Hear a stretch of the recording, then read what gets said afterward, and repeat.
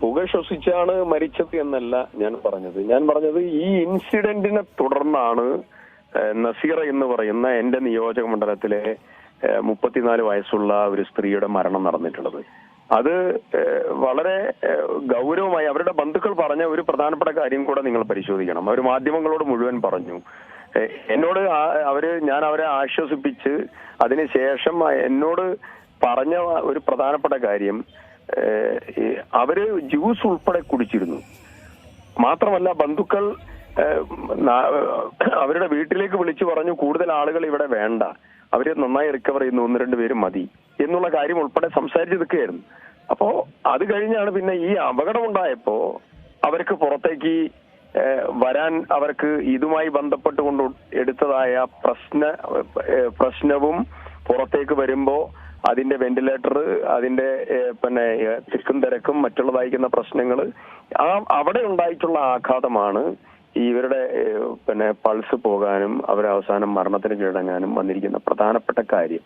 അപ്പോ എന്താണ് അതിന്റെ കാരണം എന്നുള്ളത് കണ്ടെത്തട്ടെ. പോസ്റ്റ്മോർട്ടം ആണോ മറ്റുള്ള പ്ലസ് എൻക്വയറി ആണോ അവിടെ കണ്ടെത്തട്ടെ. പക്ഷെ ഒരു കാര്യം കുടുംബം ഉറപ്പിച്ചു പറയുന്നുണ്ട്, മരണത്തിന്റെ യഥാർത്ഥ കാരണം ഇത് തന്നെയാണ്. അവർക്ക് വിലപ്പെട്ട അവരുടെ സഹോദരിയെ, ഉമ്മയെ നഷ്ടപ്പെട്ടതായിരിക്കുന്ന പ്രയാസകരവും സങ്കടകരവുമായിട്ടുള്ള അവസ്ഥയാണ് പറയുന്നത്. ഈ വിഷയത്തിന്റെ ഒരു ബേസ് പറയാം. അവിടെ മെഡിക്കൽ കോളേജിൽ ഒരു ഫയർ ആൻഡ് സേഫ്റ്റി ഡിപ്പാർട്ട്മെന്റ് ഇല്ല. മെഡിക്കൽ കോളേജിൽ ഒരു ഫയർ ടെക്നീഷ്യൻ പ്രോപ്പറായിട്ട് ഇല്ലാത്തതായ പ്രശ്നം. ഫയർ സ്റ്റേഷൻ സ്ഥാപിക്കാൻ 20 സെന്റ് സ്ഥലം ആവശ്യപ്പെട്ട് അതുപോലും നൽകാത്തതായ സാഹചര്യം. പിന്നെ എമർജൻസി ഡിപ്പാർട്ട്മെന്റിൽ എമർജൻസി ഇവാക്യുവേഷൻ പ്ലാൻ ഉൾപ്പെടെ ഉണ്ടാവണം ആളുകളെ കൊണ്ടുപോകാൻ എമർജൻസി സന്ദർഭത്തിൽ. അതിനുള്ള നടപടിയും സ്വീകരിച്ചില്ല. അങ്ങനെ തുടങ്ങി വലിയ വലിയ വീഴ്ചകൾ അവിടെ വന്നിട്ടുണ്ട്. ആ വീഴ്ചകളൊക്കെ പരിശോധിക്കപ്പെടണം. മാത്രമല്ല സ്വകാര്യ ആശുപത്രിയിൽ കിടക്കുന്ന നിരവധി പേഷ്യൻസ് ഉണ്ട്. ഇതിൽ 10ഓളം പേഷ്യൻസ് ആണ് ഇക്ര ഹോസ്പിറ്റലിലേക്ക് വന്നത്. 9ഓളം ആളുകളാണ് ബേബി മെമ്മോറിയലിലേക്ക് വന്നത്.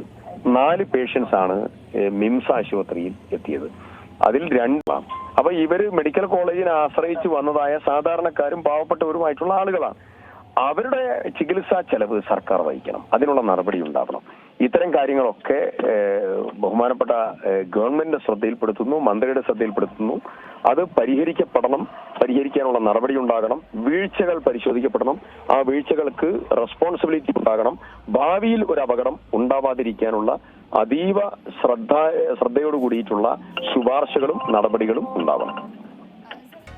പുതിയ വാർത്തകളും വിശേഷങ്ങളും ഇനി വിരൽ തുമ്പിൽ. എല്ലാ ഡിജിറ്റൽ പ്ലാറ്റ്ഫോമുകളിലും ഇപ്പോൾ സീ മലയാളം ന്യൂസ് ലഭ്യം.